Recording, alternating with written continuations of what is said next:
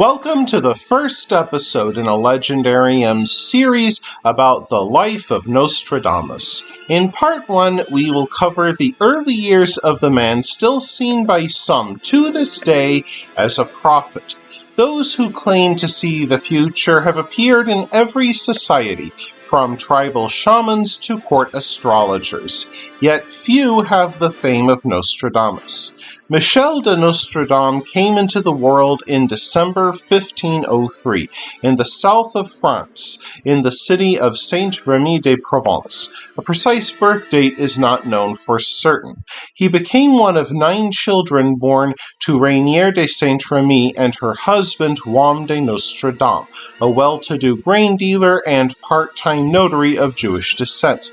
Nostradame's grandfather, Guy Gassenet, converted to Catholicism a half-century earlier and changed the family name to Nostradame to avoid the attention of the Inquisition.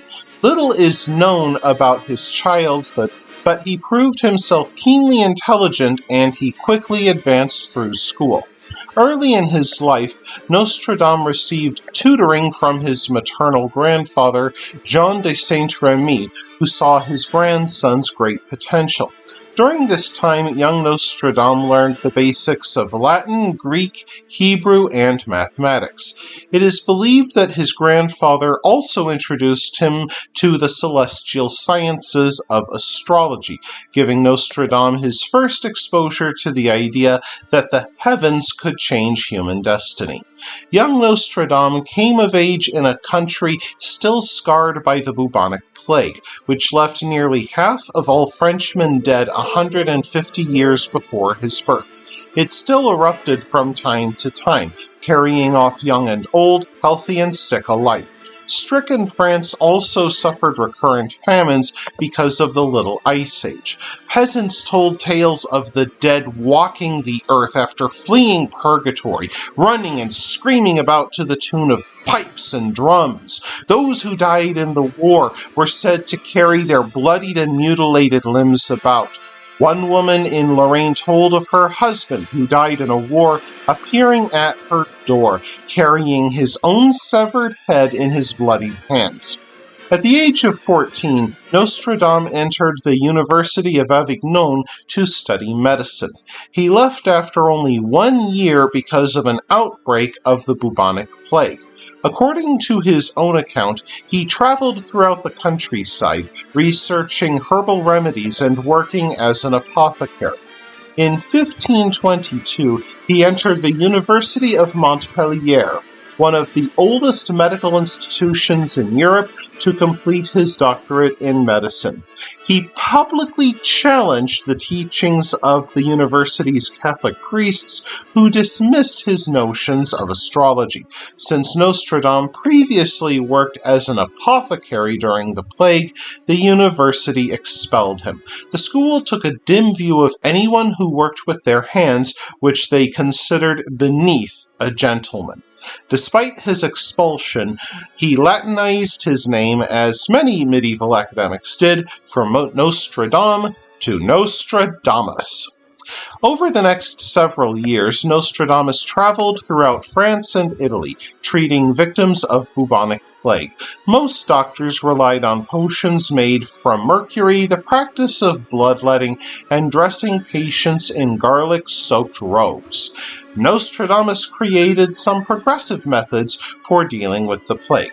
He did not bleed his patients, instead practicing good hygiene and removing infected corpses from city streets. Additionally, Nostradamus became known for creating a rose pill, an herbal lozenge made of rose hips rich in vitamin C. It provided relief for some patients with mild cases of the plague.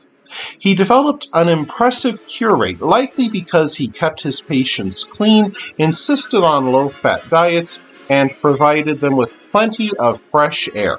In time, Nostradamus became a local celebrity and won financial support from the citizens of Provence. By the year 1531, a leading scholar of the time, Jules César Scaliger of Agen, invited Nostradamus to work with him in southwestern France.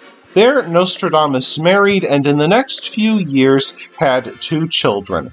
Tragically, in 1534, his wife and children died of bubonic plague while he traveled on a medical mission to Italy. Not being able to save his wife and children made him fall out of favor within the community, and he lost the favor of his patron, Scaliger. In 1538, Nostradamus made an offhand remark about a Christian statue, and a church court charged him with heresy. When ordered to appear before the Inquisition, Nostradamus instead left Provence to travel for several years through Italy, Greece, and Turkey. During his travels to the ancient mystery schools, Nostradamus supposedly experienced a psychic awakening.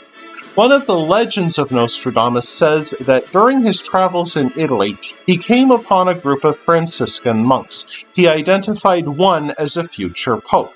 That monk, named Felice Peretti, became Pope Sixtus V in 1585, fulfilling the first prediction of Nostradamus. At least, so the legend goes. That wraps things up for this episode of the Legendarium. I hope you enjoyed it. If you did, press like. If you want to see more, press subscribe. And if you've got anything to say, let me know in the comments section. Thanks again for joining me, and I hope that you have a great rest of the day.